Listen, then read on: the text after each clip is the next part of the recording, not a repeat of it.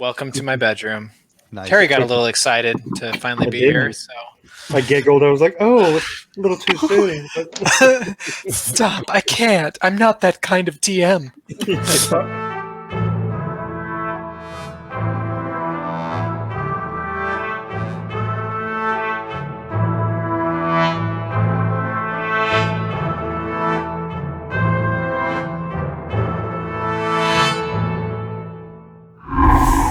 Hello, everyone, and welcome back to Nat One Network. I'm Terry Mayo, and I am the Dungeon Master for the Homebrew D&D campaign, Whispers and Echoes, a custom adventure set in the Forgotten Realms, brought to you by Mainframe Comic-Con and Nat One Network.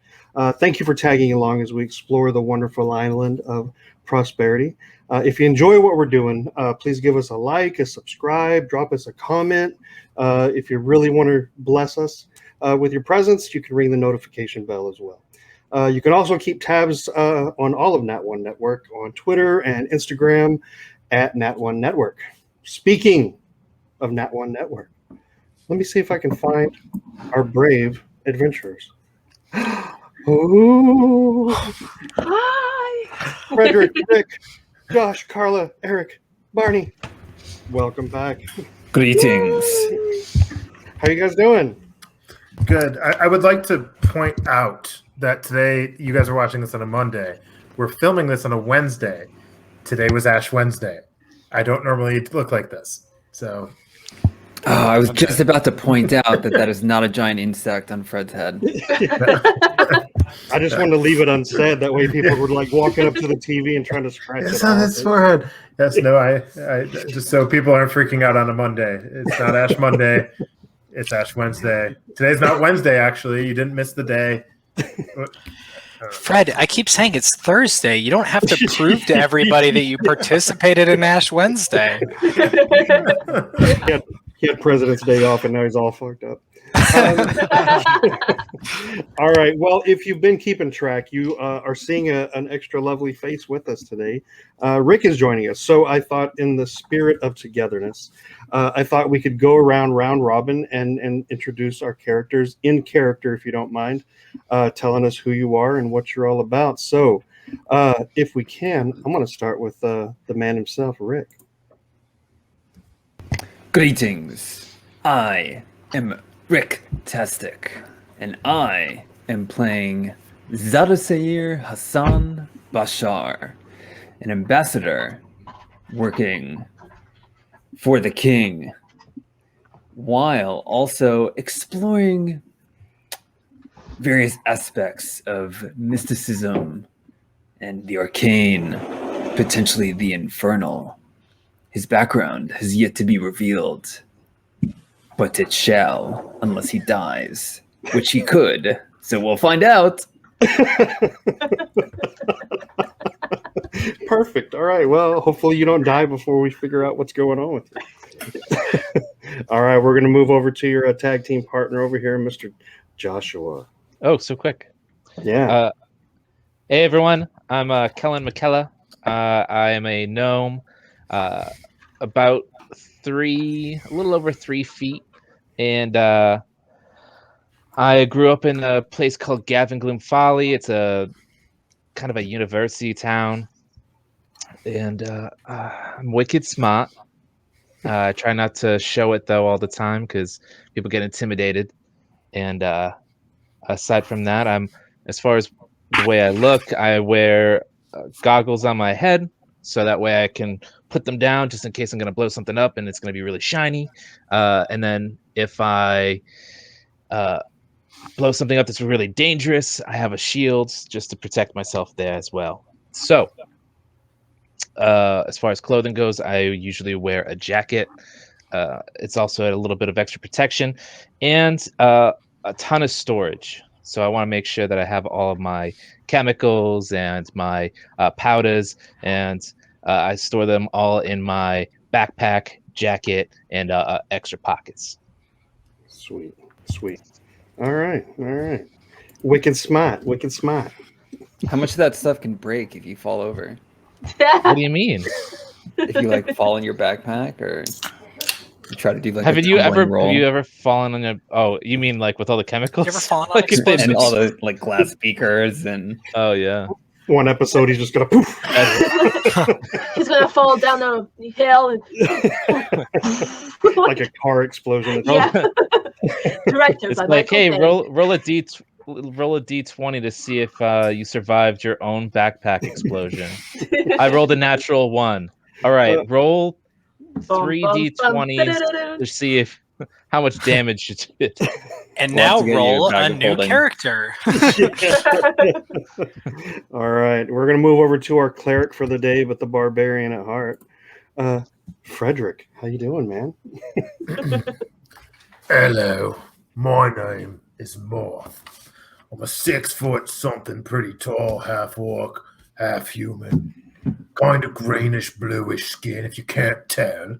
I mean, you're blind if you can't see it. I like poetry. It reminds me of my mom. She used to read it to me on those cold nights in the East after our father, well, my father, her, I guess, significant other, not so significant. He's pretty insignificant to me, if you ask. Left us in the cold wilderness to fend for ourselves. Look at my axe. This is her hair. I carry it with her into battle everywhere I go. That's pretty much all you need to know about me, and I like beer. I like a lot of beer. Other than that, I'm a gentle soul. I don't like sleeping on beds. Don't mind the one in the corner over here. That ain't mine. Back to you, Terry. I was expecting some poetry. Was that like I am writing on. We're in the middle of a battle. I didn't have time. all right? He likes to sleep in Boots' brain, by the way. Yeah, he does. Who doesn't? Look That's at true. I do like to go into people's private areas. Oh, hey now. All right. moving over to our man with the bedroom eyes, taking us deep inside his dwellings over there. Hey there, Eric. You are muted, Eric. Oh, The name's Boot. I come from a troubled past. One which I may be an orphan, at least that's what this group knows about. I made my way on the streets of Burning Beacon, stealing and robbing, because that's all I could get. Anyway, I got recruited to the army and wound up with this lot. A bunch of right jokers, if you ask me. And I'll use my skills of stealing and maybe a little bit of carousing with the locals to get the results I desire, which I hope benefit me, especially in the riches. Nice. All right, very cool. All right, I thought you were gonna give us a bedroom tour or something, but maybe next time. Well, I've been feeling love, baby. Maybe not. Okay. Next time.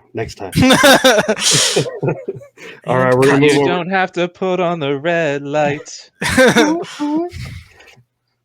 Boot playing from Amsterdam right now. Oh no, never. All right, we're gonna move over to our tiny ball of rage, Miss Bree. Hi, I'm Bree from Stonewall. Codename Honeybee. I am a halfling rogue with a traumatic past. #basic. I'm also a swashbuckler. Growing up, I used to spend a lot of time at the piers, and I got to learn a trick or two from some sailors and pirates. And yeah, I'm probably the smallest grown-up halfling that you ever seen. A fact that I try to compensate with high heels and big personality. I have a volcanic anger inside. All right. Let me figure out how to do this. All right, cool. That's the Volcanic anger. backgrounds. I like The the background volcanic looks like anger. lava. The volcanic, yeah. Yeah, Josh, that's there was a awesome. man that looked just like you behind Carla. It was crazy. He appeared right as you got up and got off camera. Oh wow! You mean someone else is with my wife? Yeah. You might want to go check. Stand down. All right. While Josh is checking that out, we're gonna move over to our bard, if I can. Bard, there you are. Hello, my name is Moth. No, that's not right. Excuse me. Hi, I'm Barney, and I play Cascola Lionel. He's a tabaxi bard. He's aiming for the College of Glamour. Hopefully, if we gets to 3rd level. I am a bit of a storyteller, and I love tales of great adventure. I thirst for a story of my own, though, to lead a life so great, a journey so fantastic, that the citizens of prosperity remember the name Cascola Lionel forever. Why? Why does the fox hunt? It is simply what I was made to do. Nice. Beautiful and eloquent as always. Very cool. Nice. All right, guys. All right. Well, thank you very much for indulging me. I think that helps us all grow together. We're all of one big happy family now. Yay. Thank you, Rick, again for joining us. Yeah. And unless there's anything else, any other parting shots, then we're going to move over into episode 8 of Whispers and Echo. Whispers and screams.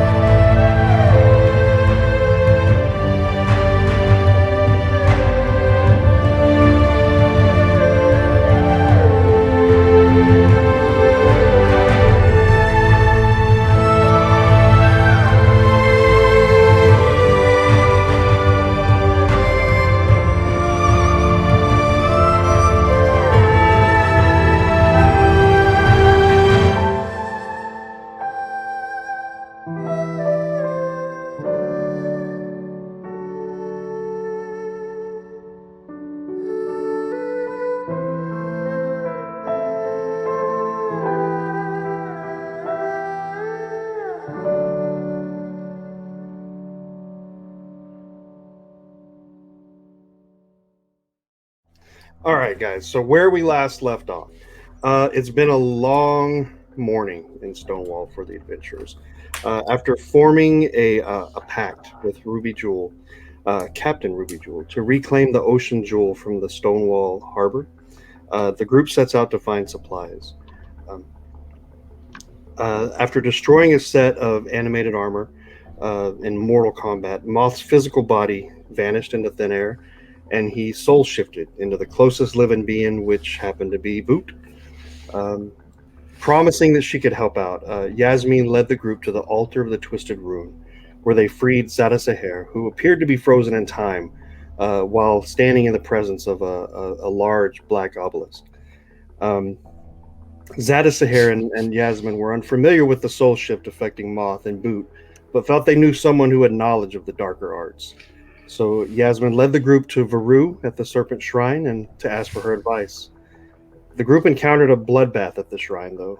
Dead Pride members, Yanti members littered the shrine entrance when a giant snake exploded from the depths of the shrine.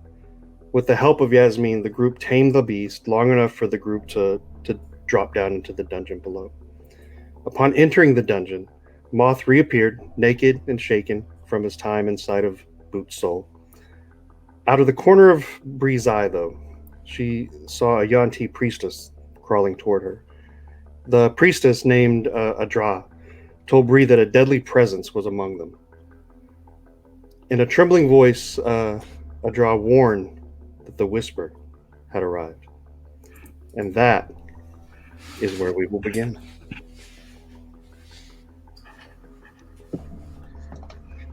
So you guys, go ahead. I'm still holding her, and she's like dead now.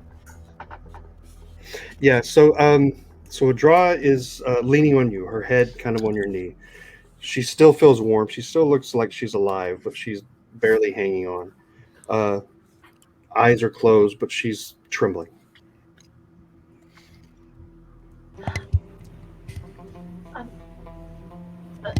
Do we have any potions? Actually, I have 2. Here, you can have one. I'll give it to Bree. Thank you. And I'll just see if she can take it. Okay. All right. As you're pouring the healing potion into Adra's mouth, some of it's seeping out, but you can see that she's like getting some of it into her. Still trembling, still shaking, but her eyes open, and she's just holding on to you tight in fear. Please, Yulasha, she's still here. Who's Alasha? She's our priestess queen. Alasha.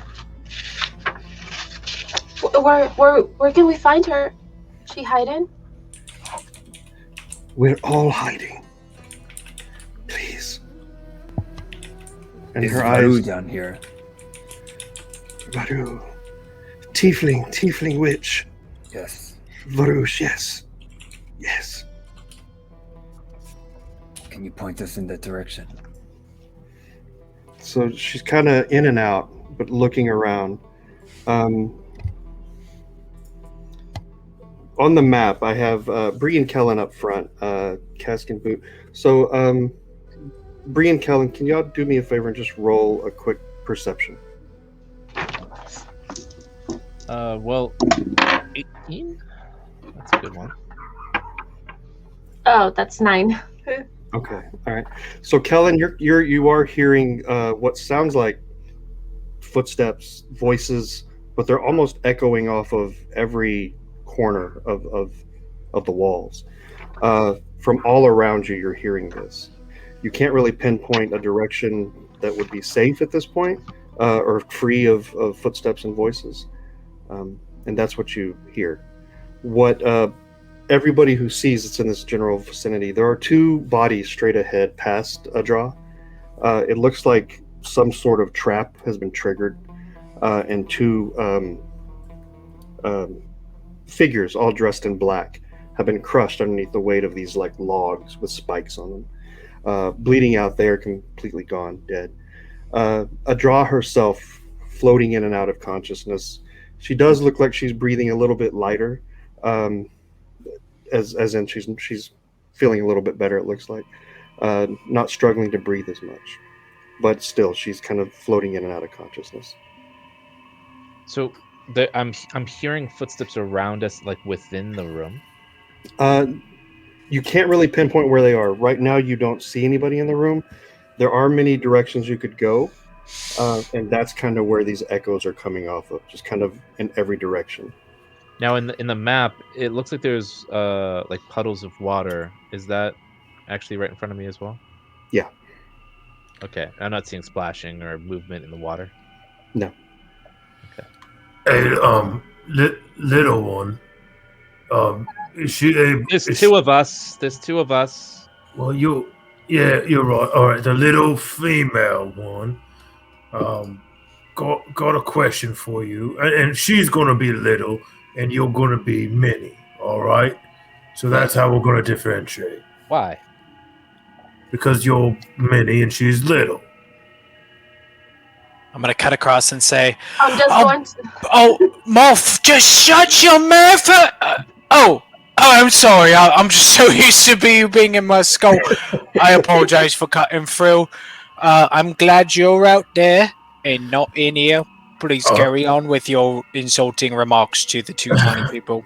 I'm very much glad to be out here after. First off, you and I are going to have a conversation about them birds. But before that, does she need me to carry her? I don't mind throwing her over my shoulder while we figure out where we're off to. I'm gonna keep holding it. Adra, can you move? I think so. I think so. It might be a Zorga. better idea to bring her up into the temple rather than Yeah. walk around this dungeon with her. Do you Yes. think that we can actually take you back to the temple and you can escape or hide? Our baby, Zorga. Is she all right? Is she ran upstairs? Is she all right? Who's Sorga? The only thing that we saw is a giant snake. Everyone's dead upstairs except for a man who was trying to stop a giant snake from escaping from down here. So Adra has like a kind of a even though she's looking really bad, she kind of has a curled smile on the side of her face that isn't kind of torn away. And she said, "That is Zorga. Oh, it's real alive. Please take me to her. Okay. I'm sorry, little one. Did she say she's friends with the giant snake that tried to eat all of us? Yeah. I think that he was hungry. That's why he didn't. He did attack angry. us. In this Or moment, angry. I would like to be back in Boots' head. It makes more sense. So Adra is starting to stand up, and she's kind of leaning on each of you as she kind of passes you. I think I can make it back up. Just Yulasha. Find Yulasha. Ulasa. Okay. Can I check the bodies here? See like identification or what they might be holding, carrying? Sure. That's So Adra is going to walk back up the stairs.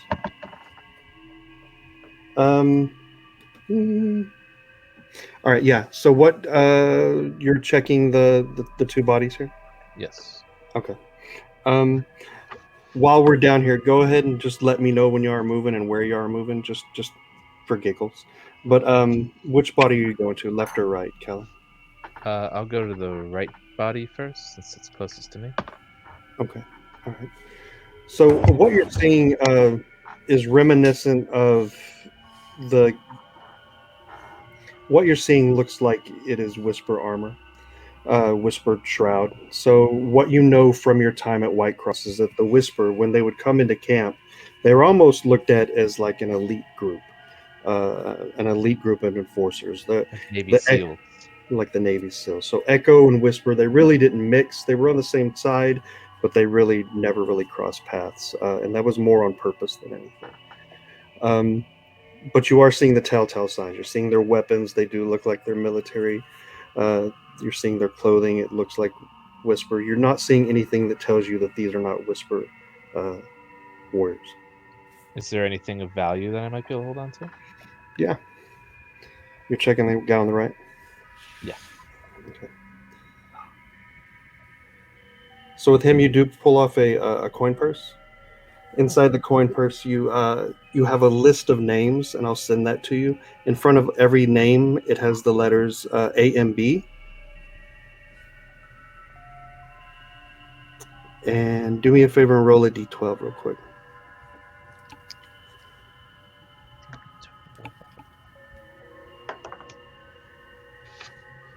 It's a 6.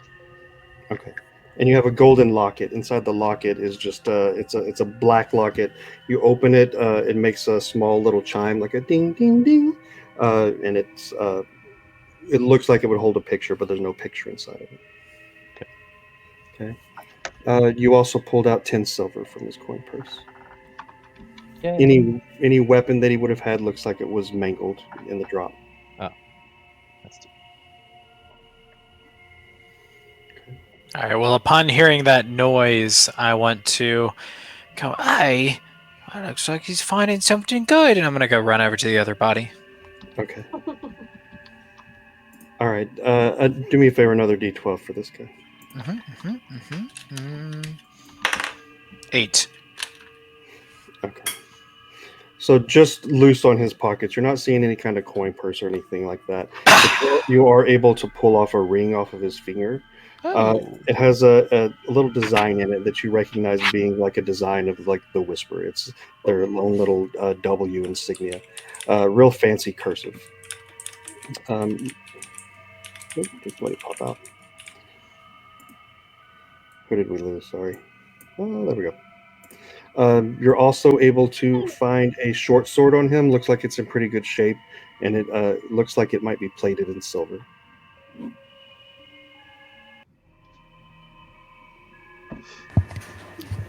Okay. I'd like to check out the hallway from where we came in. Okay. All right.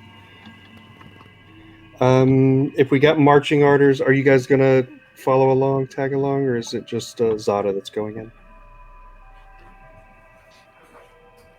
I'm gonna stick close with my furry friend, the only one who I trust with my life at this moment, Cascola.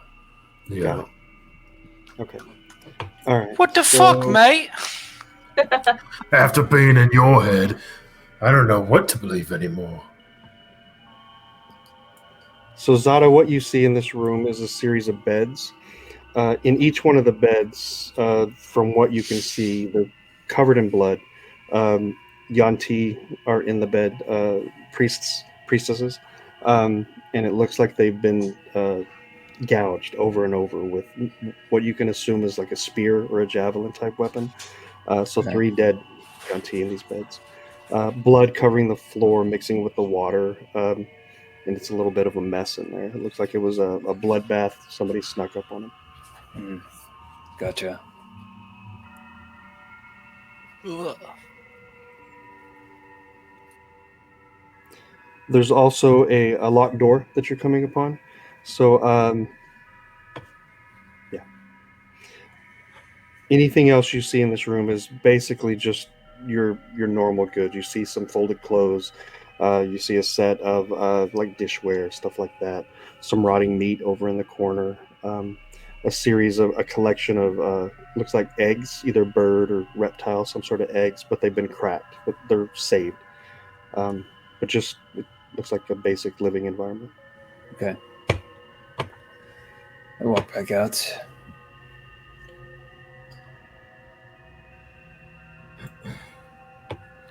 Hey, Cask, I got a question for you. I wasn't really privy or around when all this went down. Your friend here, how do you know him? And when you found him, what was he doing? So when you look at Cask, as everyone's been kind of searching around at everything, he's stiff as a board right now. His tail is straight, his hair is up on the nape of his neck, and his eyes are very wide in the dark. He's just kind of taking in the scene. What was that? What? You all right, friend? Yes. Yes. I was asking your friend Zada. I'm just gonna call him Z. I'm not good with names. How do you know him again, and how did you find him? Yes, he is a long-time friend of Cascola. Yes. The last I saw him, he was researching some sort of texts. I got a tip-off, and I passed it on to him. Where he is from, I do not know. He occasionally passed through my village. Where did you guys find him this go around? Yes. It was very peculiar, but essentially what happened was I crossed into the wall, and he was sitting there, and he was like, "Oh, hey, it's been so long since I've seen you." And I was like, "I know, right? Like, come meet my friends." He was like, "Okay." And so we came out, and that was it. All right. So Zada, from where you're at right now, you do see a flickering, and before you, no, it's loud enough for you to hear, and you do hear like a whisper, and it sounds like, "I think we have more." Silently, I nod to the rest of the group and just say, well, I don't say anything. I just make hand movements to follow me. And none of us see it because Well, we're all yes. having our own conversations. Yeah, you're all in the middle of a conversation. I'm not, actually. I was holding the priestess, so I will follow him. Okay. All right. So you are noticing the sound is coming from over here. Little's on the move, Cask. So I'm going to follow and tag along closely to her and make sure. Oh, what happened to the best friends and trusting with your life? Well, Bish, bish. He just starts walking. Can away. I put my head just slightly around the corner to see what I see? Yeah. So what you see as you poke your head around the corner is a man dressed in all leather. He has a bow out, not pointed at you, but he sees you. You see him. And do me a favor and let's roll for initiative. Put your weapons down, and I will let you live. I don't think Go, so. and they just say no. I don't think so. All right.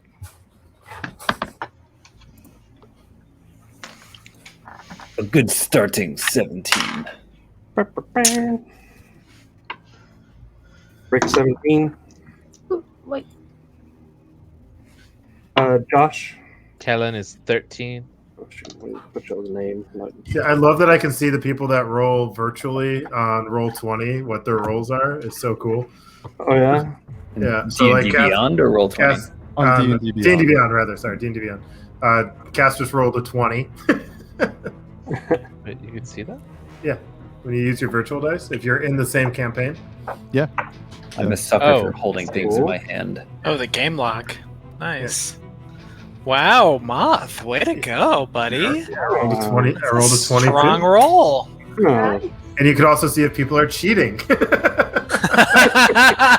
Oh. All right, Moth, you got a 22? 22. 22. Cask, you got a 20? Yeah. Okay. Zada, 17. Kellen? Yes. 13 was Kevin. Boot? I got a 5. Sweet. Putting those rogue powers to work. Bree? 19. Before we continue, Boot, you know your audio is super, like... Like, you guys are complaining about me being too loud? It's like, it sounds like a personal problem. Maybe, like, putting your Some mic walls. further back? Maybe Well, you that's just what I need did, to and then now I'm getting complaints about it clipping. So, one sec. We're those are working both- through. We're working through. It's a new system. I That's- won't be complaining.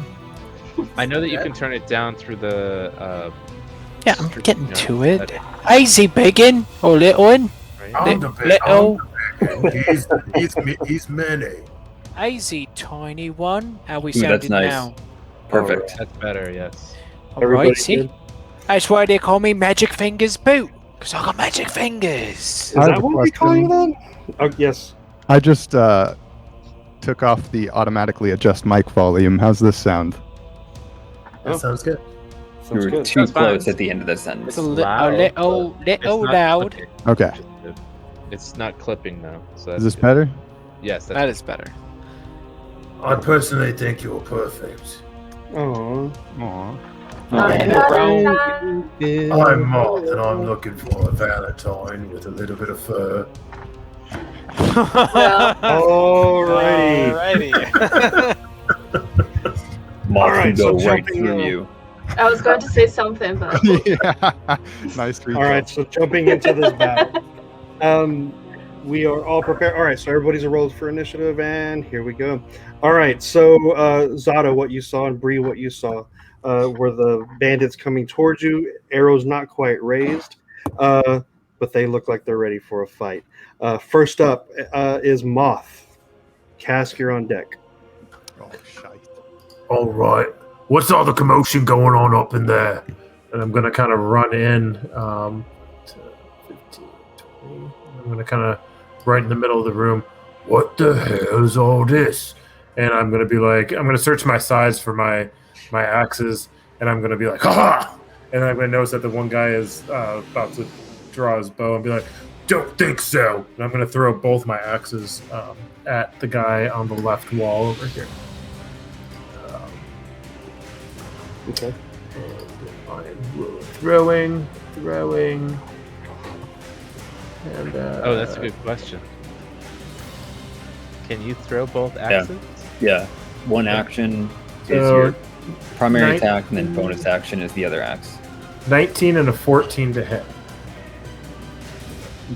Just to clarify, you're using a bonus action. You're throwing both. Is that what you're doing? I believe I get to throw both because I can use for my melee attack. I can use 2-weapon fighting. So 2-weapon fighting is you attack once with one weapon, and then you use your bonus action to attack with the other one. So I'm using both my hand axes. Yeah. So your action to throw one, your bonus action to throw the other one. All right, I get to. Yeah. All right. So I'm sorry. What did you roll? 19 and then a 14 to throw the first one and then to throw the second one. All right. Both hit. Let's roll some damage. So here's a thing that is also for two-handed weapons, is that you can only add your modifier to one of those attacks. Unless you have the 2-weapon fighting Right, style, the dual then wield you add it to fighting both. style. But you Exactly. do add your ability modifier and proficiency to the attack roll. You just don't add it to the damage roll. So that's going to be 11 total damage. 11 total damage. And as I'm throwing, it'd be like, I'm glad I got some practice in at that damn choking goat. Ugh. Okay. All right. Gentleman has his bow down. He sees you. He starts to come up. Both axes hit him center mass. He flies back against the wall, drops his bow. He's still standing, still looking at you, but he kind of looks like he's motionless right this minute. He's still up.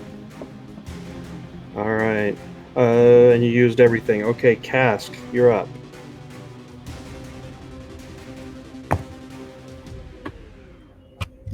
And muted. Thank you. Cask will peek around the corner, get a quick look of his surroundings, then move on back behind his little wall, take his loot out from his wherever he keeps it. I don't know. Maybe he was just carrying it the whole time with his tail. And he starts playing a discordant melody, lots of tritones, lots of strange noises. And then he whispers a small, sweet little lullaby, and he says, "Sleep." And it doesn't really sound like music at all. And I cast Dissonant Whispers on. Oh. Okay.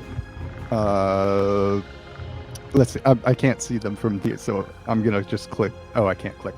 The one that is to the left of your mouse.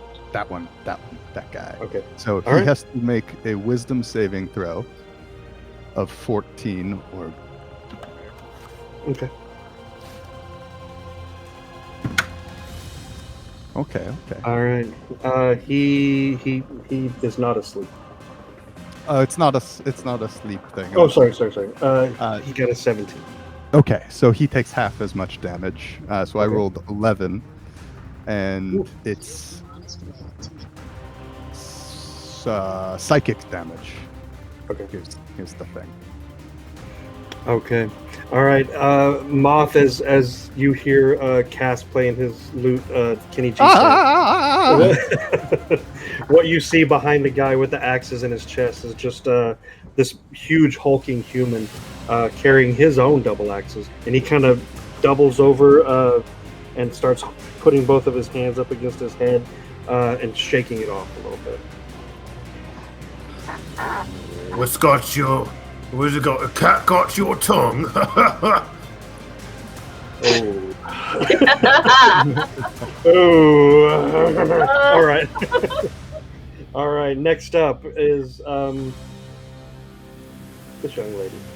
All right. She's going to take one step back, and she is letting an arrow fly at you, Moth.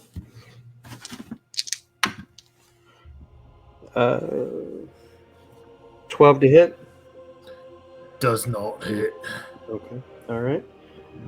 Lets her arrow fly, sees that it completely misses, and she is taking refuge behind this pillar. Okay. Next up, we have Miss Bree. Yay. I'm gonna go all the way here. And I'm going to attack this fella. I'm gonna use my axe. So that's a 15 and a 14. Okay. All right. Yep. Roll for damage on both.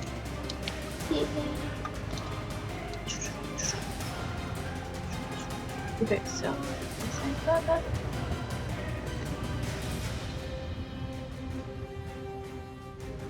I always forget to add my yeah, so that's 8 and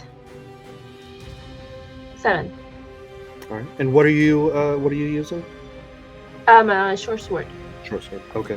All right. So everybody who has vision in this room, you just see Bree like lightning taking off like a little Tasmanian devil past Moth.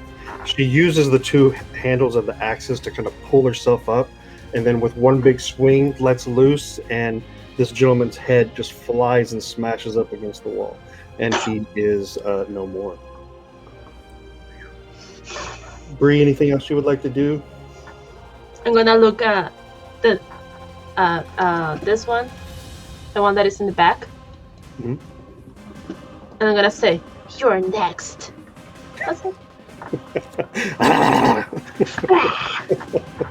All right, Zada, it is your turn. Yeah.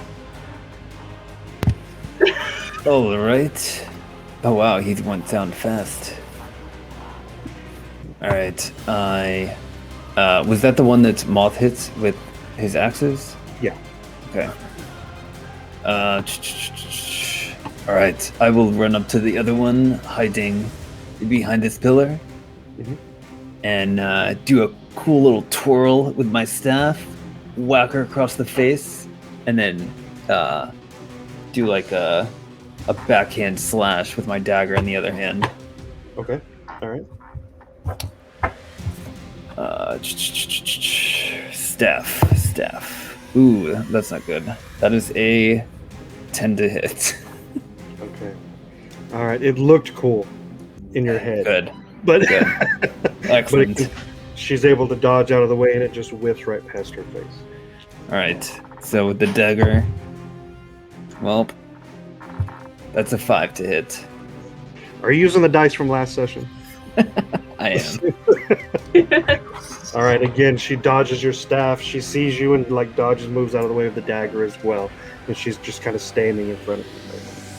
Damn it. Okay. Anything else you're able to do? That's it. Okay. All right. Moving on, we have the gentleman who's shaking off the psychic damage. He sees what's going on in front of him. He is not thinking twice about going after Bree because she scares him. But he is going over to you, Zada. Oh,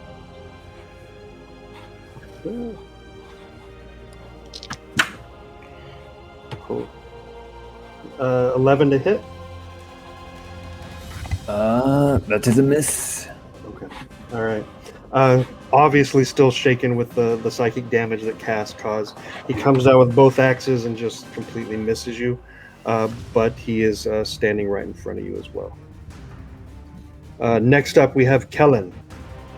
Hola. I feel like I can't do much, but Let me move first. Just moving. What's going on in here? Ah, okay. I'm gonna take out a Molotov cocktail, and I'm gonna throw it over. Is there? How high is the ceiling? The ceiling, it looks like it's roughly 10 feet. 10 feet. So I could probably throw it over. Is that all right? You can. Oh certainly- boy. Yeah, I'm gonna do that. Get down. It was nice knowing you, Zada. Welcome to the Yes, game. well, it's been friend. As long as I'm not rolling his dice, it should be fine, right? All right, let's see what happens. All right. Oh God. Nope. I rolled a 3 plus my extra, so it's. Wait, what is my? Excuse me. I'm sorry, everyone. I'm sorry. Oh, I had 4. I rolled a 7. Yeah. Okay. I'd like to All think right. that Kellen's apologizing as he's throwing the Molotov Yeah. cocktail. That's exactly how I was thinking. Sorry. Oh, sorry, guys. Sorry. That was It's me. slipped. I gotta. You know me. It slipped. Okay. It's tricky. All right. All right. You had best intentions. Maybe you're feeling a little guilty because Zada is there and could have taken damage, but it comes smack dab and hits the pillar right in front of you. The cobwebs and the drapery that's hanging off of it kind of ignite. Nothing too bad, but it is a little bit of flash damage for anybody standing right nearby. Luckily, no one is right in that area. And that's what you got. Anything else that you can do, Kellen? No. Okay. All right. Boo! All right. It is your turn. Well, with 30 feet of movement, I can move here. And then, I guess dash here. And, peek over the wall there, the corner, and say, "Oh, looks like you're taking care of a right good job. Well done." And, that'll be my turn. All right. Well, Good no one job. has to worry about the cobwebs falling on top of it. Yeah. I got the spider, y'all. Just don't walk underneath it. It's fire right there. Don't walk underneath it. I think you're supposed to aim for the bad guys, not the structure itself. Alrighty. All right. This young lady with the arrows, she is disengaging from you, Zada, and she's taking a couple steps back and firing at you. 17 to hit. That is a hit.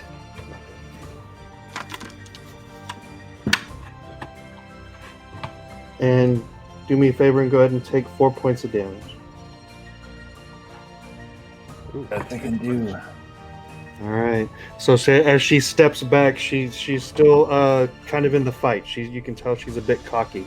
Steps back, lets the arrow fly, almost in gangster lean style, and the arrow just comes right into your side.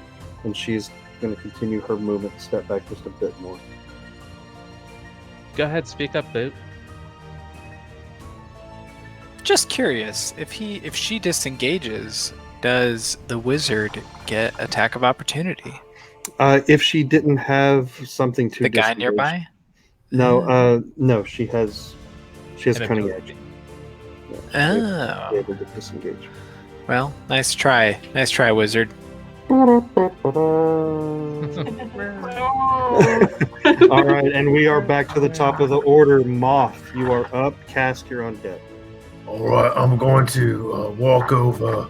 I'm going to kind of look at Little as I'm walking by and be like, that was quite the show. And I'm going to bend down and I'm going to grab both my axes. I'm going to get really close to this dead man's face. And I'm going to look him right in his dead eyes.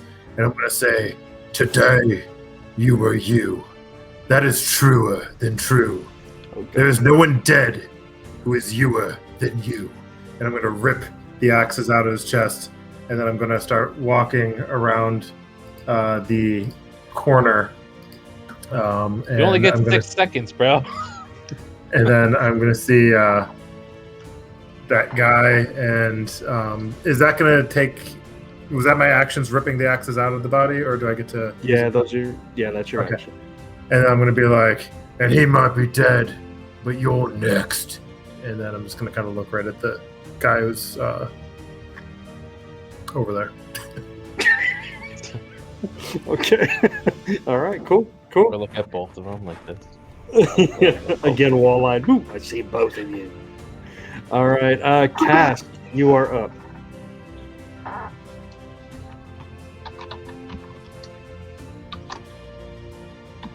Muted again. I think you're muted. For my movement, I am going to once again 1, 2, 3.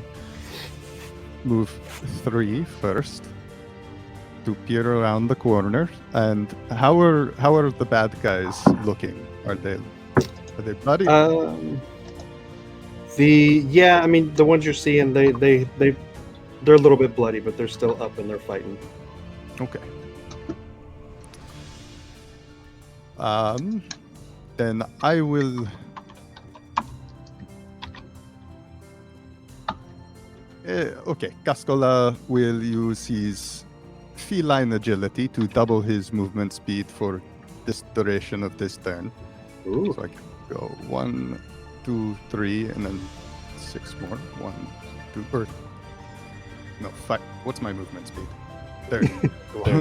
Yeah, 1, 2, 3, 4, 5, 6. Perfect. And while I'm walking past Moth and past all these people and past this corpse, I take out one of the vials full of the yellow rose petals that I had picked up in that funny looking village, and I'm going to slowly crumble one and just start. You hear this low hum of energy just begin to well up inside Cask, and you recognize it as a very, very deep purr. And I'm going to cast Sleep. So anybody within 20 feet, or how does this work? Yeah, 20 creatures within 20 feet of a point I choose within range. Oh, I didn't. It's a point I choose. Oh, I didn't even have to move. Oh well. So I'm going to go ahead and roll 5d8 real quick. And let's see what we got. We got 26 total.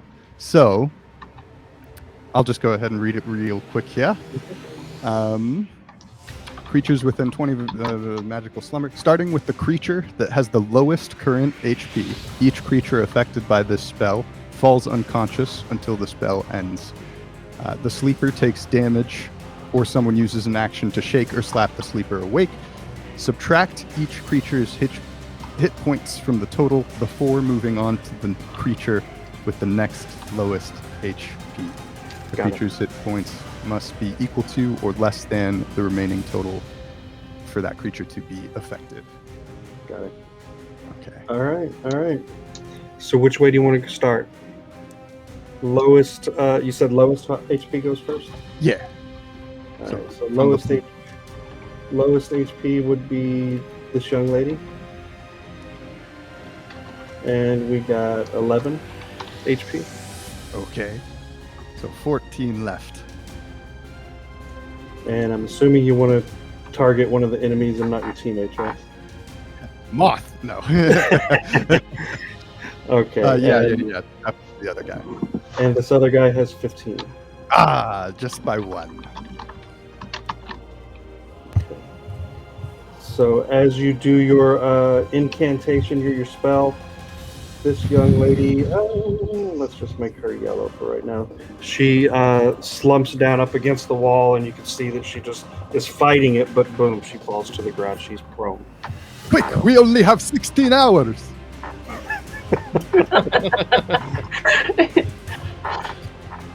Okay. Anything else you can do? Nope. Okay. All right, we're skipping the Sleeping Beauty, and we are going straight over to Bree. Did I notice that she is unconscious? I don't think you can see her from where you're at. No? Mm. So, yeah. I will go to her and hit her. All right. Kind of like the Valkyrie, or like nah. Would you notice that she's asleep once you're over there? Oh, she's but I'm gonna be like, So that's. Do me a favor and roll with advantage. You can sleep when you're dead. She's on the ground and she's incapacitated, so she's. So that's 15 total. Really, she's just asking for it from Bree. On the ground and incapacitated. You look innocent to me. Prime target. Okay, you hit her. Yeah. Roll for some damage. Yeah. So that's 4 and 8. All right. You have pincushioned this young lady, so as she's asleep on the ground, kind of rolled up in a fetal position, you just turn the corner, and with all your might, short sword or dagger? What were you using? I'm just going to, short. Yeah. Okay, so Cask, what you see is this beautiful young bandit that fell to the ground, sleep. As I'm still purring too. Yes, you're still purring, and the next thing you see is just a blender approaching her, and then blood and tissue just flying up in the air. There's a look of absolute horror on Cass's face. Yeah.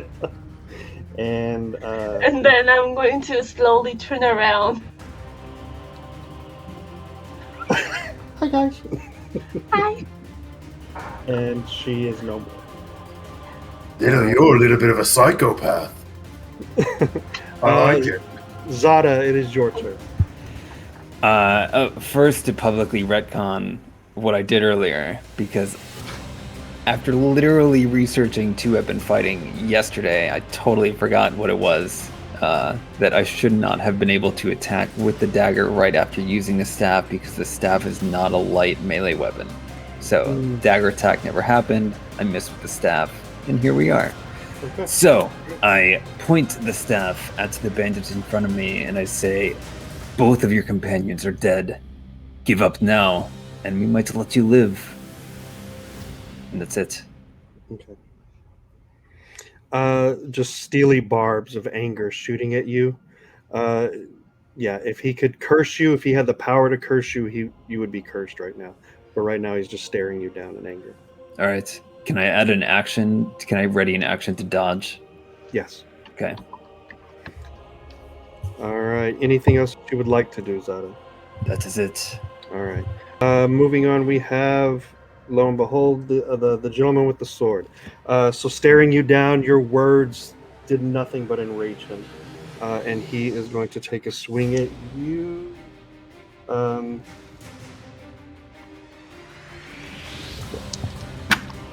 So does the dodge, how does that work? I think he just gives disadvantage on the attack. Okay. So I rolled a 16 and an 18. So Yeah, that hits. okay. Damage. And Zada, do me a favor and take 4 points of damage. Done. All right. He, not scared of you at all, comes around like a baseball bat with his axe, and it just levels you up against your chest as you, in the middle of dodging. So it's not a killing blow, but it does knock you back up against the pillar. But you are still standing. I stare back at him, and my right eye glows red. Oh shit. Okay. All right, Kellen, you are up. Boot, you're on deck. All right. So I'm gonna rush in and be like, "I got this one. I got this one this time." And I'll rush in. And let's see, where is my roll 20? Here we go. So 1, 2, 3. I'm gonna go right here, and basically I'm just gonna like. Actually, I don't know. Can I use the throne property right in front of me, does that have a disadvantage or an advantage or whatever? From what I remember, it would be disadvantage if you're using it as a range. So I need to be from a Really? distance. From a distance. So like that? Yeah. Probably. Okay. So I'm gonna throw another Molotov at this bandit's whisper. So and so.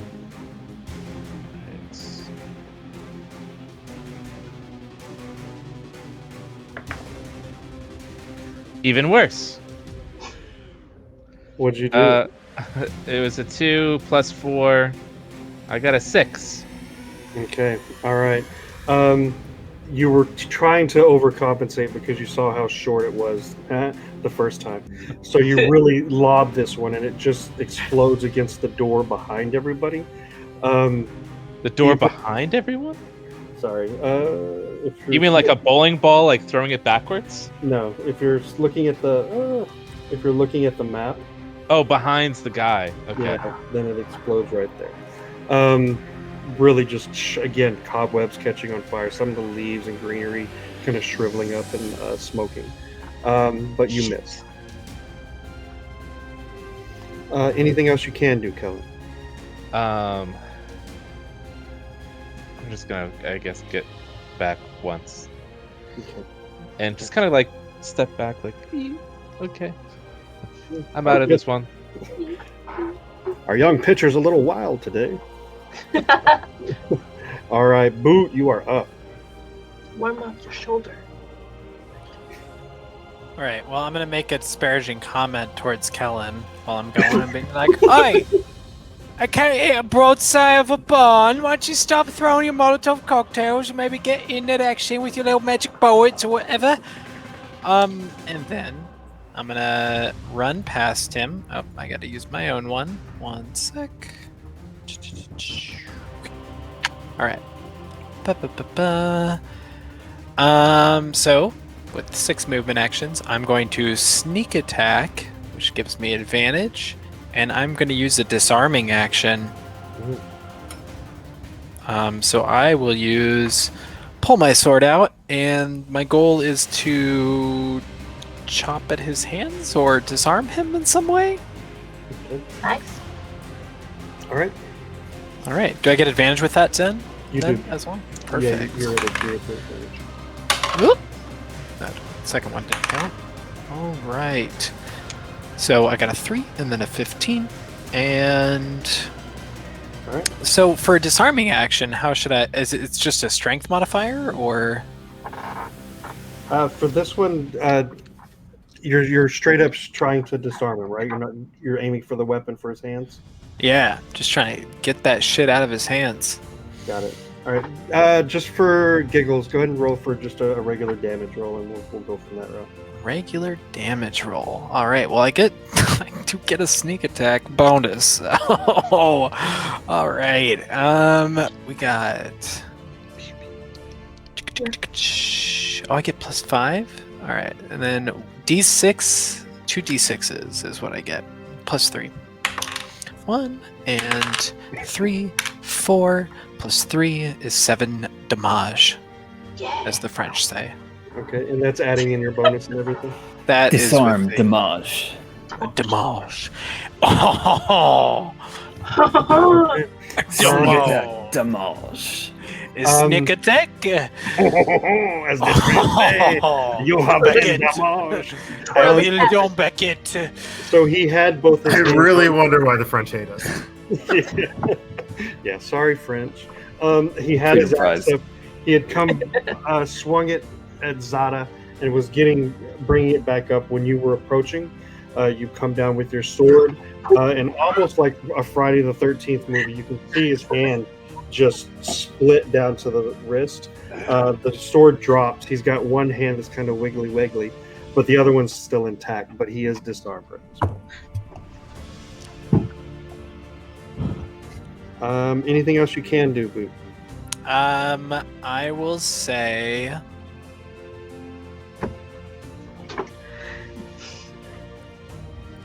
Nothing, because I can't come up with something clever enough.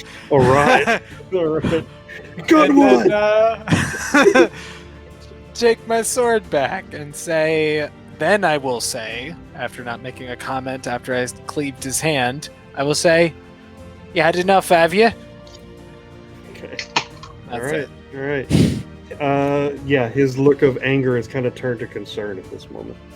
And we are back up at the top, and Moth, you are up. Cask on deck. I don't look concerned. I'm gonna walk right up I like to that. this You know. half. I'm gonna walk right up to this half-handed man with a splinter.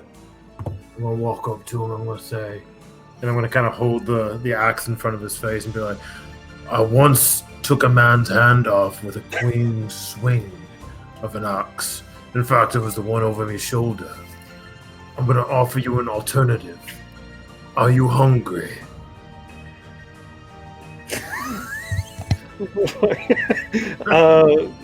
Yeah, he's not even paying attention to you. He's more concerned about his lobster hand now. Listen, rice.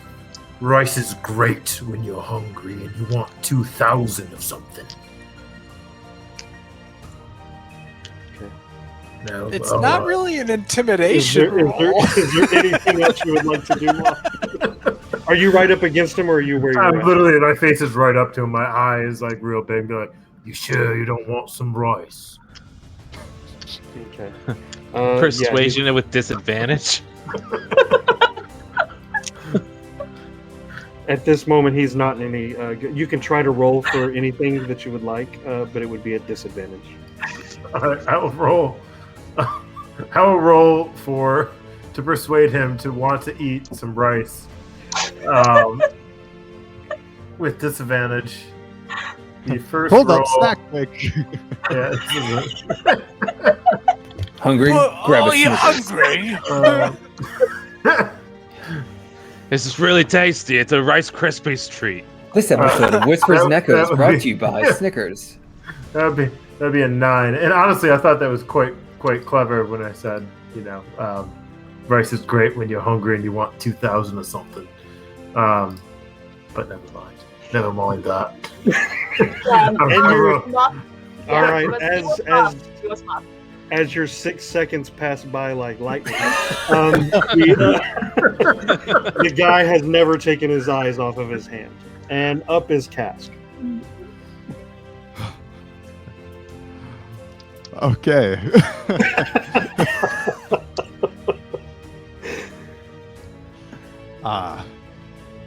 So. Cascola is just going to turn to everyone surrounding this guy. And he's just going to say, "Oh, hey, you!" and cast Charm Person. Okay. All right. Some person. Person. So a wisdom saving throw for them. All right.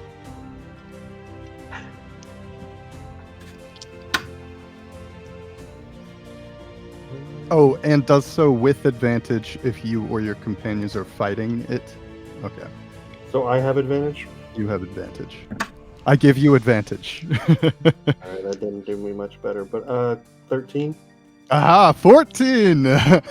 It worked! All right, this man is charmed. All right, so as you're standing there, and he's literally looking at his hand, and it just kind of drops, and he's kind of gazing at you, Cass. Okay, I say, nobody touch him! And then I will end my turn. All right, well, with that, it's Bree's turn.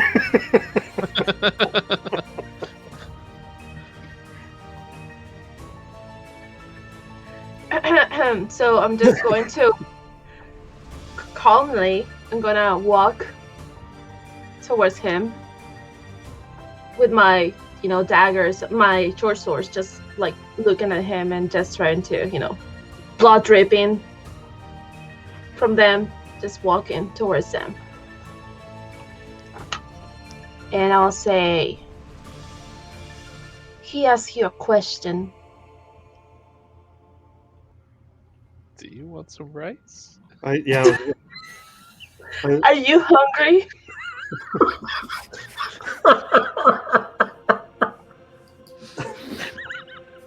I'm not quite hungry. It's the weirdest fucking dungeon I've ever been.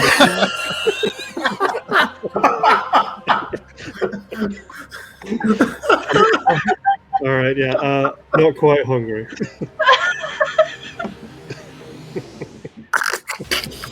Gonna die. Actually, no. Okay, Bree, anything else that you would like to do? I will. Are you sure? No, that's it. Okay, all right. That's it. Zada, you are up.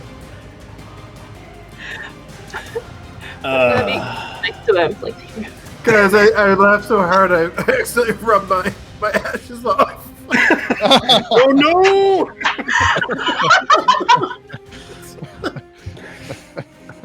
I look at him. I look at him and I just say, I think you should talk to my friends. They're a little crazy. And then I just walk over here and start dressing my wounds. That's it.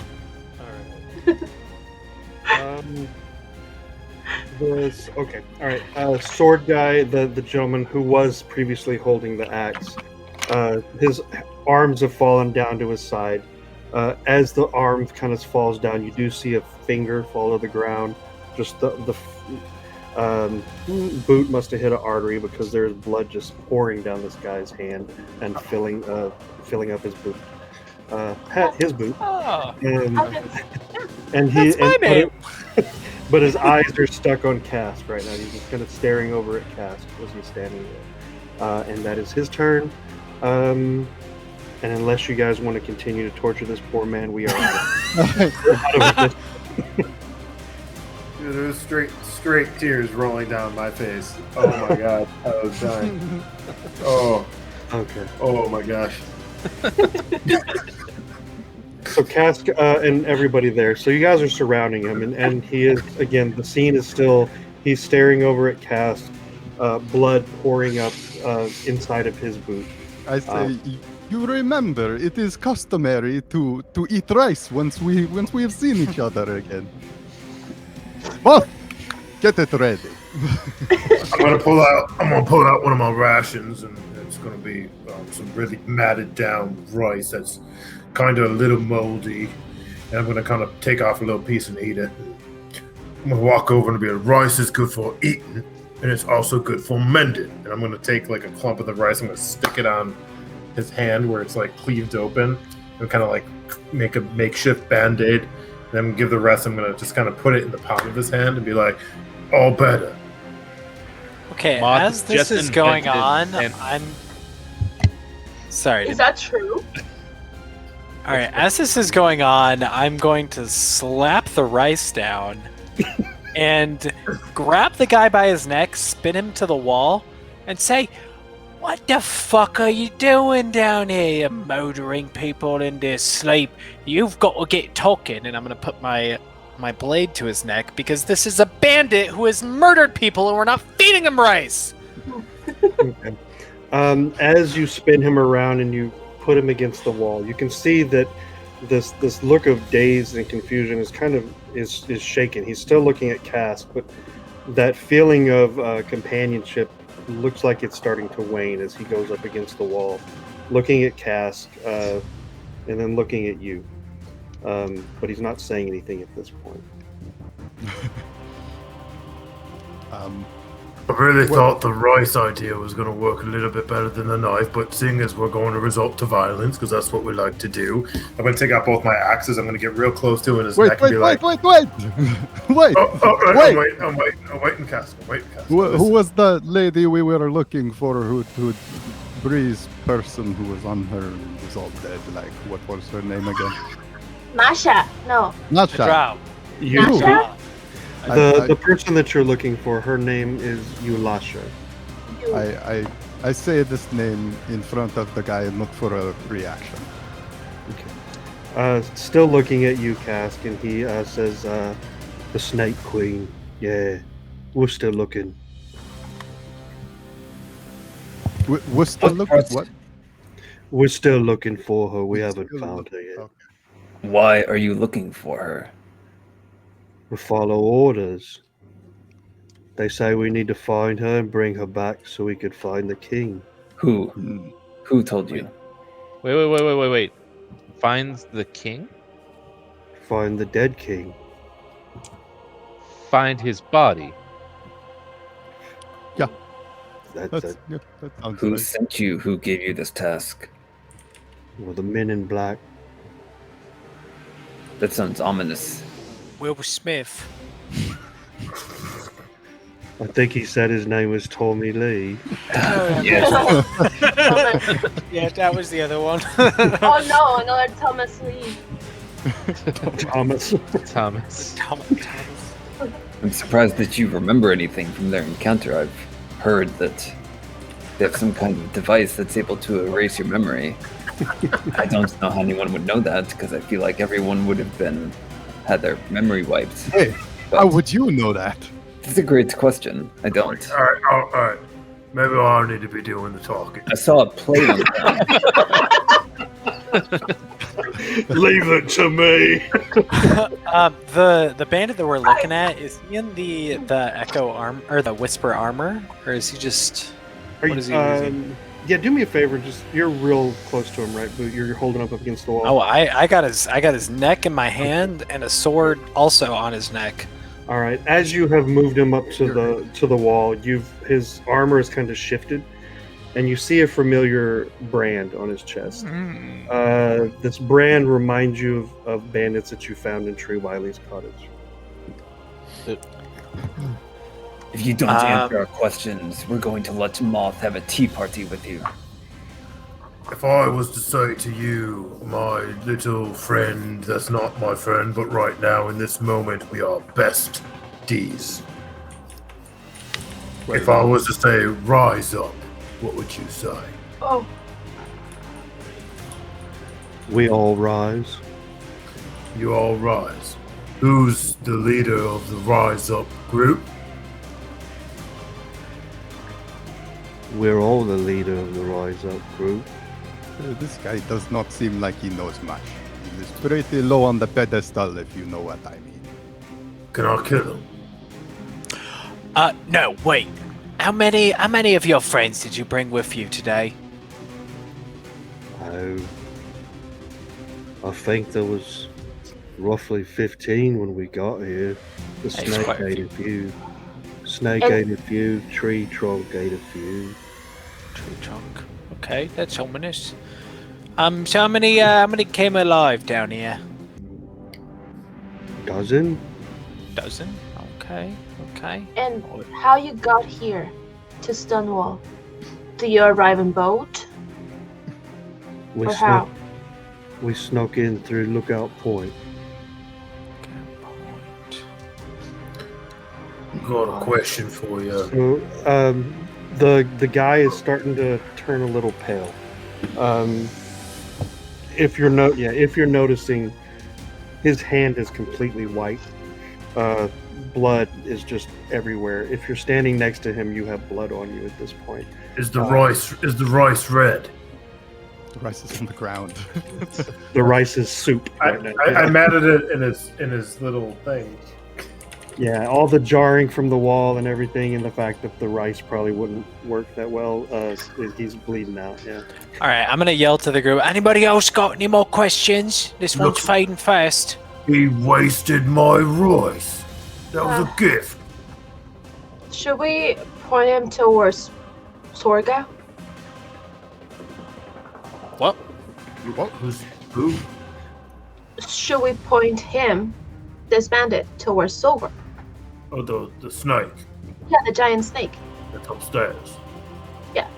I Wait, don't it's not think upstairs. he deserves that. So we don't have to kill him. I mean, I'm kind of like, having like a remorse right now. But if you want to kill him, I'll kill him. I'm just gonna take my axe. I'm gonna throw it down the front of his forehead. My big giant great axe, and just right now. right now. I'm gonna jump out of the way Yeah. behind the pillar. So, Like right up there with him. Booth, they switched because, well, we're not going to replay that, but do me a favor and go ahead and roll for attack with advantage. And while this is happening, Cask, he's staring right at you. This bandit is looking right at you. 18 to hit. Okay, let's roll for damage. I look away. That is going to be 8 damage. Okay. All right, you have hit him so squarely that it caused more of a crush than a slice. And you just see that his skull, the fractures in it are so severe that his eyes have kind of bulged and his forehead is like where his nose would be. And he just kind of clumps to the ground and he is dead man. I'm going to go over his dead body and I'm going to reach my hand into his cratered skull and I'm going to put blood all over my hand and I'm going to wipe it on my face. I'll carry you with me in this battle, brother. And then stand up and look at Boot and be like, anybody else hungry? I'm a little hungry right now.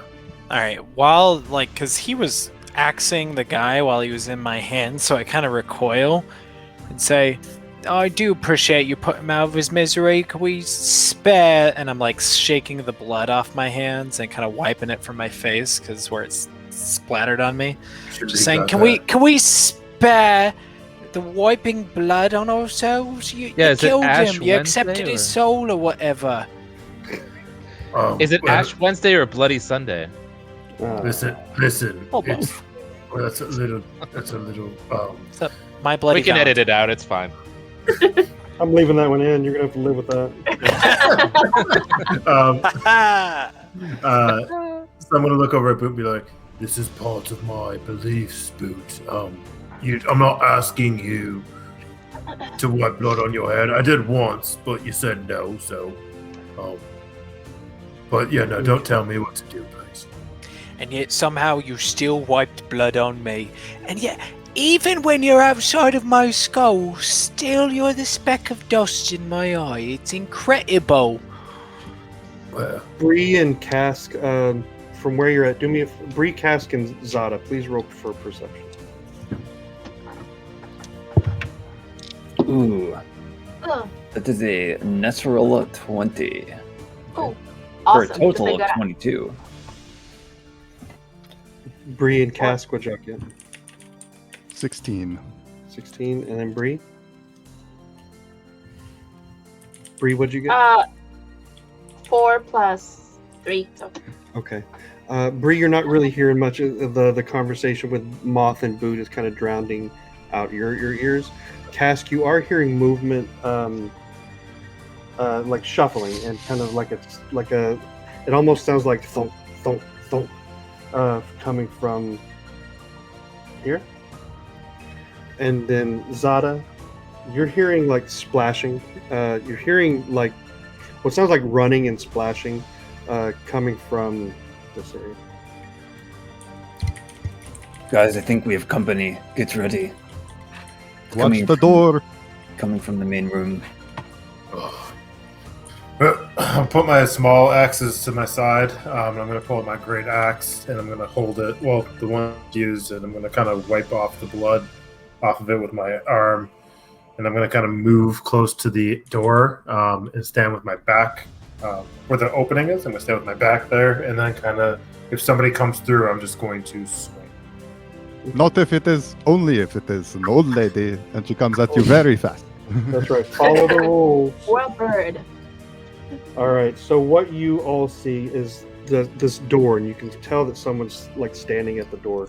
And then it opens, and you see in front of you a fully clad humanoid character, but he's from head to toe covered in wrappings. It is reminiscent of the guards that you've seen a time or two at the morgue, but not exactly. This one is a little bit more stout. It looks like it's hard leather, and he's holding a spear, blank eyes just staring straight ahead. And then you just hear a loud voice that says, "More!" And do me a favor, roll for initiative, guys. What?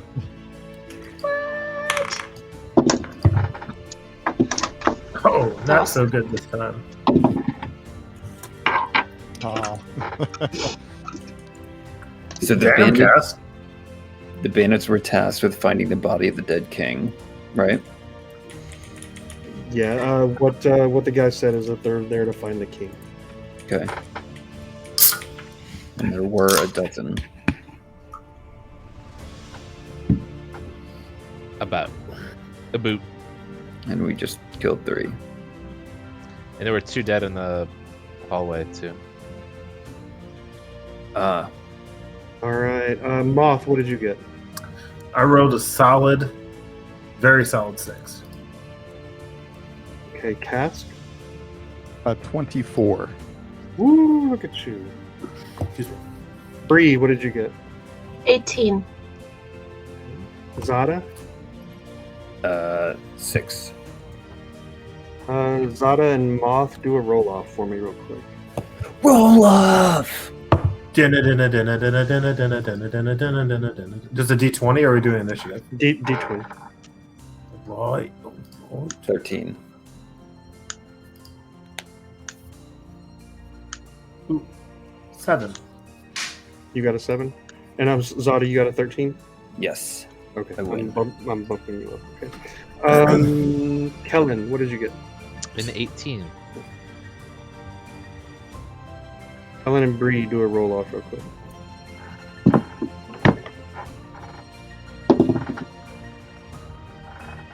$11. Okay. 18 plus 3. Okay. We don't add the plus. We're just doing. Oh, just us, right? So Yeah, 18. okay, so you got it. All right. To date, a roll. All right. So resetting. Everybody is where they are at. Moth, you're there. Okay. So here we go. The fully clad soldier, guard, armored fiend, looking right ahead at you, yells out, "More!" And at the top of the order, I have Cask. It will. Cascola will take 2 steps back and say, "Oh, well, I would ask for a battle of wits, but it seems as though you have come unarmed." And cast vicious mockery. Okay. All right. What was it again? 13, 14? I can't remember. 14. 14? 16. Dang. Close one. Okay. Anything else that you can do? Nope. All right. Next up, I have the gentleman with the spear, and he is charging out, and he's coming straight at you, Boot.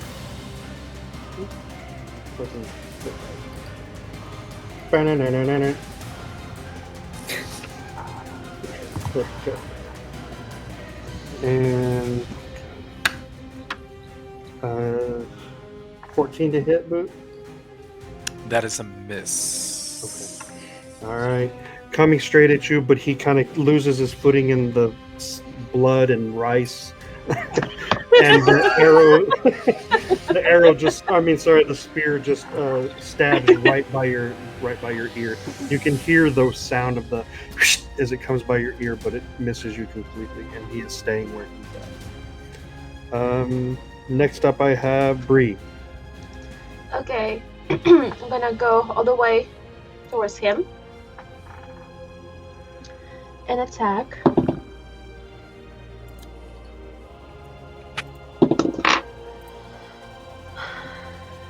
That's better. So the first one was 12 to hit, and the second 18 to hit. Okay, the 18 hits. Yes.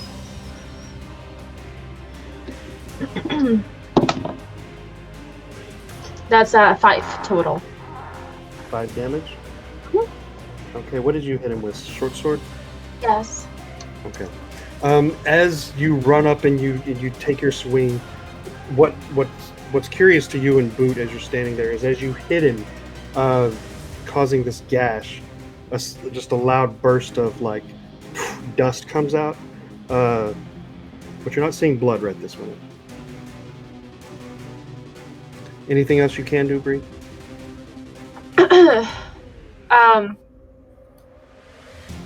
I'm gonna say put. Okay. Yeah.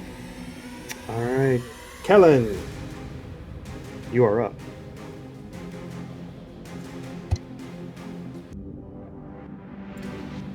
Are you muted, or I think you're Yes, muted. you're muted. Yeah. And I'm unmuted. And that's your Confirm. turn. All right. That was That's your my turn. action. All right. So I'm gonna come around this way and see this guy. This guy. And I think that just still makes more sense. I'm gonna use the magic bullet this time. I'm gonna use my magic bullet. You sure? Third time's a charm? I'm a little bit tired of that. Okay, magic bullet. I'm thankful. I gotta concoct I mean- more Molotov. I'm just very close. Oh my god, I am rolling terribly. Change your dice. I did. Change your universe. All right, Yeah, what change your happened laws with of the physics. Oh, it was another 7. 7? I'm sorry, 8. Einstein. That's an 8. Sorry, 8. Okay. All right. Yeah, magic bullet does not find its mark at all. Just flies past you guys. Anything else you can do, Kellen? Nope. I'm just gonna be like, what the hell is happening? It's not my day, brah. That's that's not I don't know. my accent. Yo, yo, yo! What's up, fam? Okay, next up is Hoot. It's your boy. All right, I am gonna be using a short sword to attack. Whatcha? Sneak attack. That is a 2. That is a much better 15 plus 5, so 20, not natural. All right, you got him. Does it hit? It is. It does. All right, and your boy is landing 6 plus 5 plus 3. 6 plus 5 plus 3. Yes, so 14 damage. Ooh. Yeah. Okay. All right. You went ham on this young man, and Old, we like used it's a dusty. short sword, right? So Yeah. you sliced up on his face. What you saw is the bandages just rip from his face as his jaw just disconnects from the upper part of his skull, and he flies forward backwards, and he is no more. And Bree and Boot, what you see also is that his face looks like it's already decomposed, and there's no blood. I say, why don't you go crying to your mummy then? Nice. That was a real boot to the head.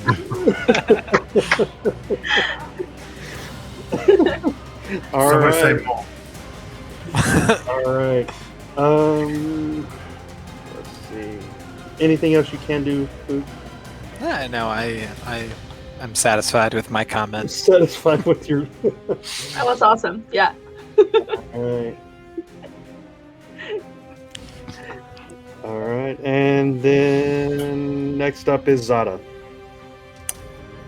I turn to my left to face the hall that we just came through, and as my right eye starts to glow a dull orange, I point my staff in the direction of that hallway and just ready firebolt. Okay. Or- Highlight which hallway you're looking at again. One more time. Okay, This one. sounds good. Didn't he come out of that guy came out of the top door, right? Yes, but I heard splashing come from the main room. Oh, okay. Not the place where he came out of the splashing from the other room. Okay, sorry. All right, Moth, you are Zada. Anything else you want to do, or is that it? That is it. Okay, Moth, you are up. Okay, so did I hear anything from any direction? Yeah. No, you were engaged in talking, so you didn't hear much. Okay. Too much rice in my eyes. Okay. Let's see here. So I am going to peer around the corner where I initially went to the wall. I'm going to peer around this way. And do I see anything as I turn? Yeah, with the light that's already been created from the opening in the hatch, you are seeing that there's a series of ripples that are lighting up in this direction. It looks like the water's been disturbed. When you first came to this room, the water was still, it was calm, but now you are seeing there's like vibration, there's movement in the water. Okay. And the water, just to clarify, the water it's not deep. You can see that it's maybe a half inch off the ground. Let nothing dim the light. And I'll walk towards it. Okay. I want to get to. I think I can get to 5, 10, 15, 20. I think that's as far as I can go. Okay. Is there anything around me, or is it just shimmering lights over there? You're not seeing anything right this minute. Just still the water movement. You are hearing deeper in this direction movement and kind of laughing. It sounds like a muffled, like either a laugh or a muffled talk, one or the other. I'm gonna yell out to the laughing. Are you laughing at me? And I'm gonna kind of get really angry and I'm like, I don't like when people laugh at me. And then I'm gonna just kind of chill for a sec. Got it. Okay. All right. Anything else you want to do or can do? No, that's all. All right.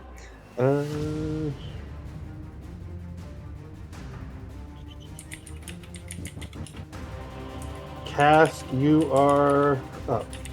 Okay. Can I see through the doorway? From where you're at, yeah, you can see, you've seen movement. So as the battle's going on with Bree and Boot, you've seen two more similarly dressed individuals start approaching the door, start approaching where you guys are. I will draw my saber and point it at the doorway and say, "Hey, you, ugly!" and cast vicious mockery again. All right. Targeting this one or which one can I? Yeah, that one. Okay. All right.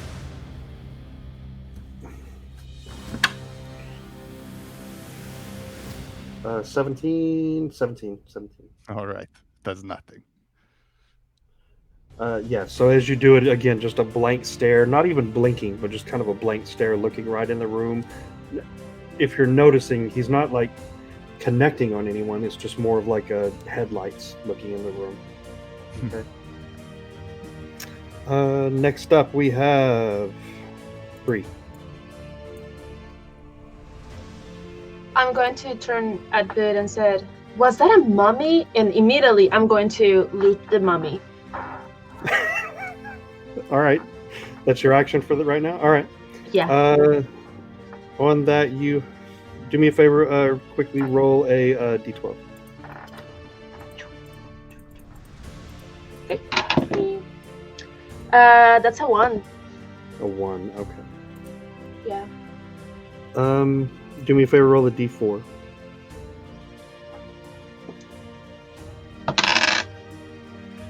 Another 1. Okay.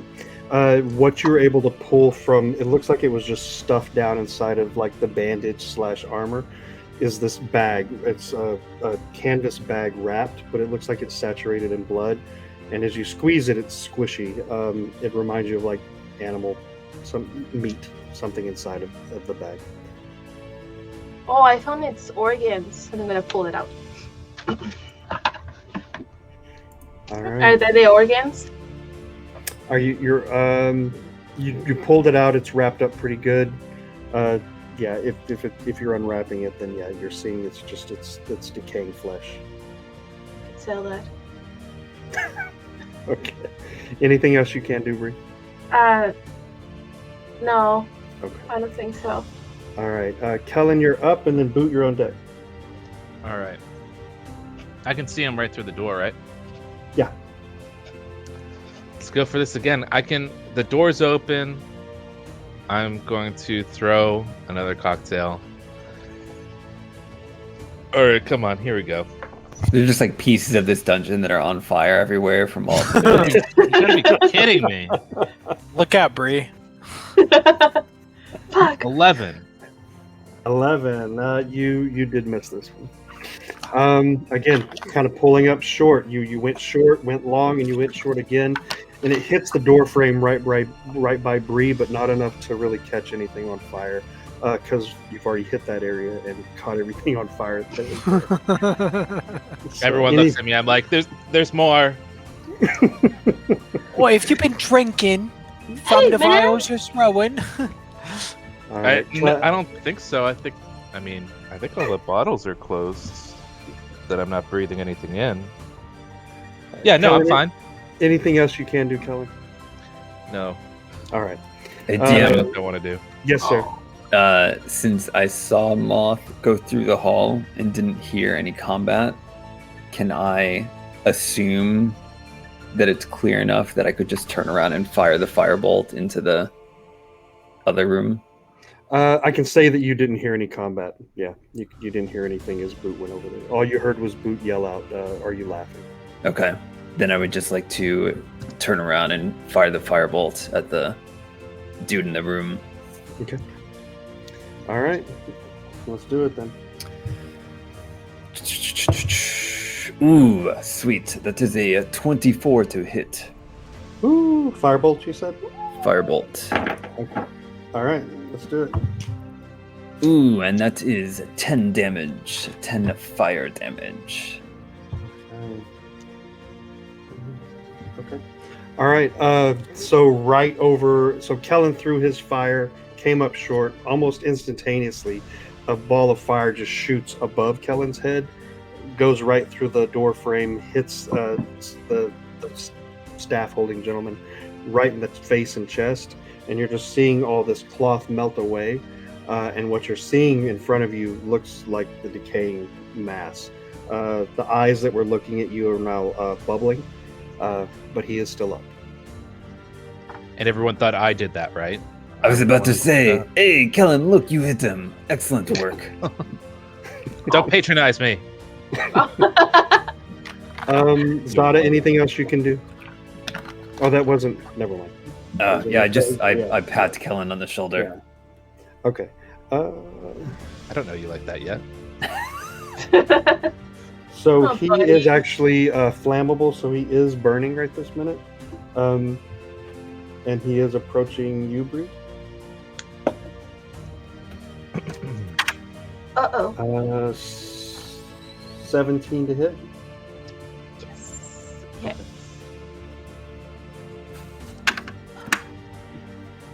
And do me a favor to take 5 damage. Oh. And he is staying there. Yeah, you don't see him, but he does get you. Zada, it is your turn. Perfect. With my staff still out, firebolt glows in front of the staff and shoots off at the mummy. All right. Ooh, that is an 11 to hit. Okay. All right. Almost a repeat performance, but it does fly wide or high, and it just hits the ceiling above him. So just sparks and fire are raining down on everybody, but no damage. Anything else you can do, Zada? That is it. Okay. Moth, you are up. Someone's rolling a lot. Mom! How much roll? They're not role playing the way they're supposed to. All right, Moth, you are up. Okay. So hearing the laughter, do I still hear the laughter? When you said it, almost instantaneously, it stopped. Oh, now you think it's real fun. Now you're going to stop. Yeah, come all over here, and I'm going to walk up to the water. How deep is the water? It starts off just covering the base of your shoes. It does get deeper the further you go in, it looks like. You can't see the tile once you get to about right here. All right, so I'm going to walk into the water. So I'm here right now, and what am I seeing? So I used 20 feet of movement so far. So what you see is some vegetation covering, and it looks like there's pieces of scale, looks like from a snake or something like that, covering the walls. So it's like jaggedy. Looks like maybe that giant snake had come through here at one point, and scales just on the wall. Slimy in the water. It's kind of murky. But what you see in front of you looks like it's a nest. A nest? Really? Like what kind of nest? Like the snake's nest? Like a den? If you were to guess, yeah. Okay. Like right in front of me, or how far? Right here is the end of where the wall would be, and then just right past it is kind of darkness. You can make it out, but it looks like it's dirt. That's kind of gross, and I'm getting the EBJBs. And I'm gonna continue forward another 10 feet, and I'm gonna ready my action for an attack if anything pops out. Okay. From there, you are able to make out that there's somebody, or more than somebody in there, more than one somebody. So I have dark vision. Do I see like anything in particular? Like, is it just like a shadow or something? Like, how far away are they? You're looking at a good. Right now, you're just seeing their shadow, but it does look humanoid. And you're seeing 2, maybe 3. Were you the fellow? And I'm going to yell out. Were you the fellow laughing at me? And I'm going to be like, get your ass over here. I'll teach you a lesson. All right. As your 6 seconds pass, we are moving on to spear number 3. Spear number 3 comes charging out of the room. And he's going after you, Kellen.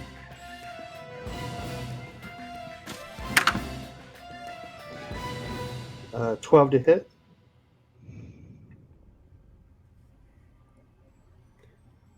Kellen, 12 to hit. You're muted. I was researching something. 12 to hit is a miss. Okay, all right. Yeah, so he lunges at you, and again, whoever the genius was that decided to spill blood and rice, it is an advantage for you guys, because they are not able to catch their footing, and they're just slipping everywhere. And he misses you. Zada, you are up. And then, yeah. Wait, sorry, went backwards. Not Zada. No. No, I was sorry. about to say, I feel like I've been skipped. Yeah. It was I after Moth? Yeah, I think I did skip. I'm sorry.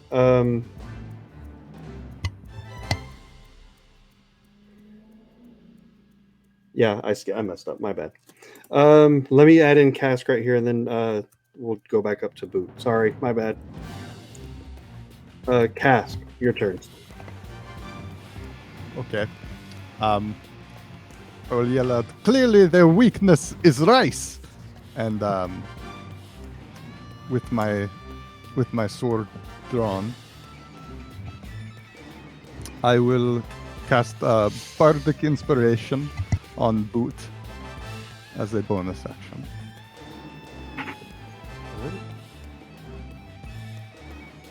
On Boot? On Boot? On Boot. Okay. Does that give him a D4 or a D? Let me see. Where'd it go? 1d6, I believe. 1d6, yes. 1d6. All right. Boot, you feel extra proud of yourself right now. Oh, mates. Right. Feel might pretty good. Cask, anything else you would like to do? Yes, I would like to use my movement, and I will swing at this thing with my saber. Okay. All right. Go ahead. Ah! Oh, natural 20. Oh, okay. All right. Do your worst, young man. That will be 14 damage. Wow, for a bard. Yeah. Look at you, heavyweight. All right. All right. All right. So the picture is this: you have this mummified fighter coming at Kellen, but you slide in, saving the day with your weapon. Upward swing, and then just a burst of air. If you were in the tavern earlier with the brothers, it's almost reminiscent of the flower smashing into the brother's face, because just dust and debris just fly out on everyone. Everywhere in that circle, you have gray dust just flying into your fur and your hair. And this man is no more.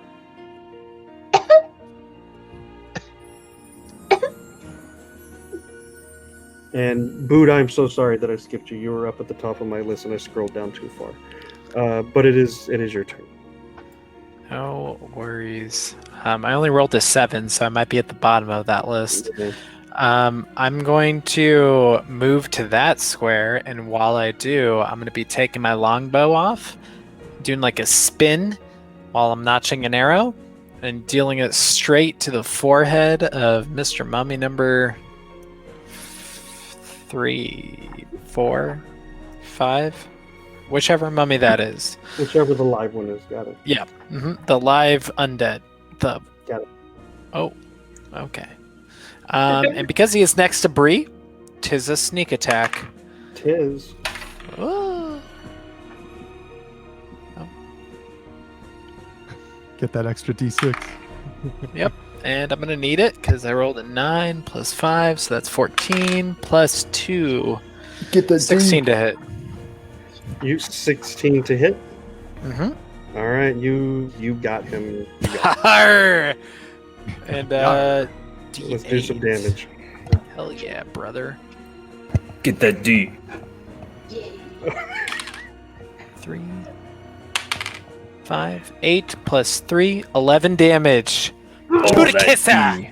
Oh, he's gonna be brown bread. All right, you overkilled this man, so do me a favor, Boot, and go ahead and tell me how you would like to dispatch this poor soul. So as I'm notching my arrow and spinning around, I'm aiming for his forehead. I let loose the arrow. I see, almost in slow motion, the arrow let loose from the bow. Its feathers spin in slow motion and notch in his forehead. Utter shock takes the mummy, and he falls backwards as the back of his head is obliterated into dust, and it flies out, and the body falls flat. And I'm in a really cool pose. And I say, "Oi, you brown bread." That means dead. In case anybody didn't know Cockney. You brown bread. Let me translate. He's brown bread. That means dead. All right. Yep. And then with that, he is again. He is no more. All right. We are staying in initiative for right this minute. Thank you, Booth. It was my pleasure. Wait a second. Where's Moth? He went running down the hallway back into the main room. Oh, I'm just glad he didn't escape into my brain again. You had me worried for a second. Moth, I have a 18 to hit on you. Oh, sorry. Yeah, Moth. That'll do, Pig. That'll do. Okay. And do me a favor and go and take 7 points of damage. All that damage. So what you saw, Moth, as it started, as your eyes were, I mean, not adjusting because you have dark vision, but what you saw as these shadows started turning into bandits, and they were at the ready. They heard you coming, and an arrow set fly, and it hit you right in the shoulder. Okay. my ready to action, do I get to use that? Yeah. Okay. So I'm going to, at this point, after... so it was an arrow that hit me, you said? Yeah.